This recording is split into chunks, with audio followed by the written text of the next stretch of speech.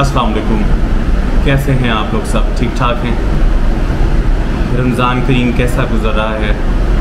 आप लोगों के घरों में सब खैर खैरियत है? अल्लाह ताला सबको अपनी हिफाजत में रखे, खैर के मामलात फरमाए सबके लिए, आमीन। आज जो मैं वीडियो बनाने जा रहा हूँ,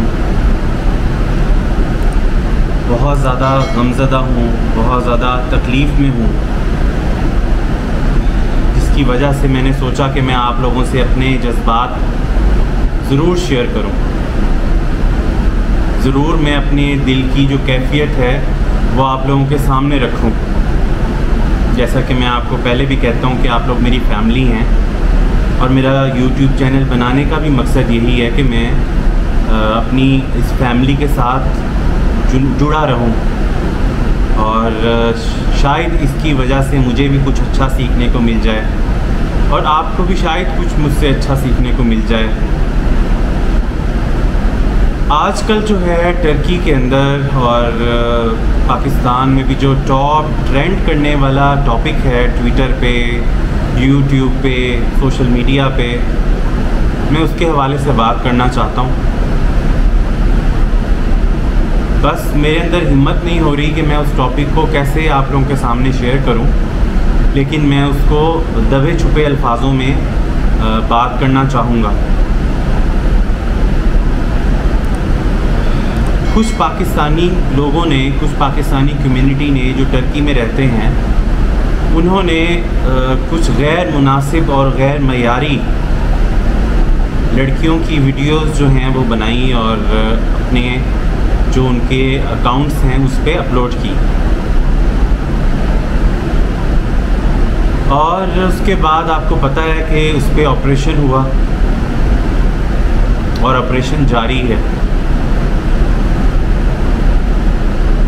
मुझे ये समझ नहीं आ रही कि जिन लोगों ने ऐसी हरकत की है वो क्या सोच रखते हैं। क्या वो अपने मुल्क के साथ लॉयल नहीं हैं? क्या वो अपने मुल्क के लोगों के साथ लॉयल नहीं हैं?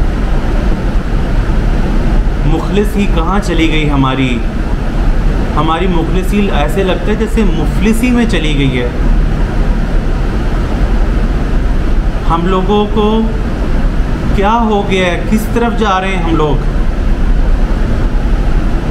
हमें बजाय अपने आप को अच्छा मज़ीद होने के, अपने आप को मज़ीद अच्छा करने के, हम लोग पीछे की तरफ जा रहे हैं।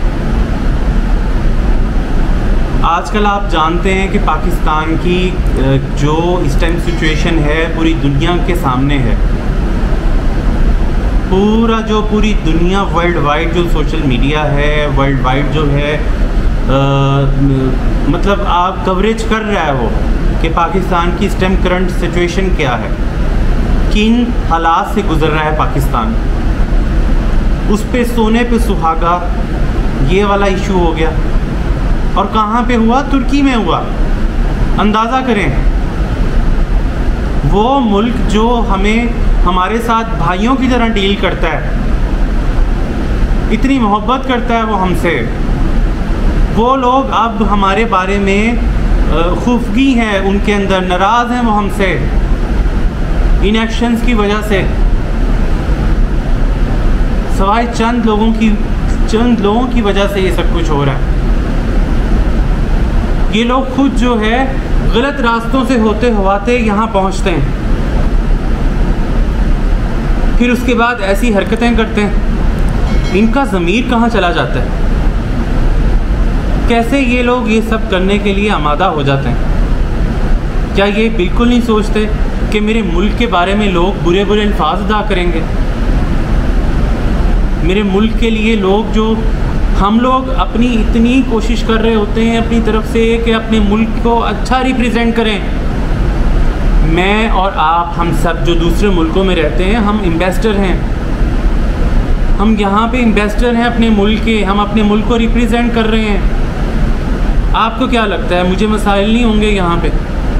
आपको क्या लगता है मुझे परेशानियाँ नहीं फेस करनी पड़ती होंगी? यहाँ सब कुछ फेस करना पड़ता है। इस बात पे परेशान ना हुआ करें आप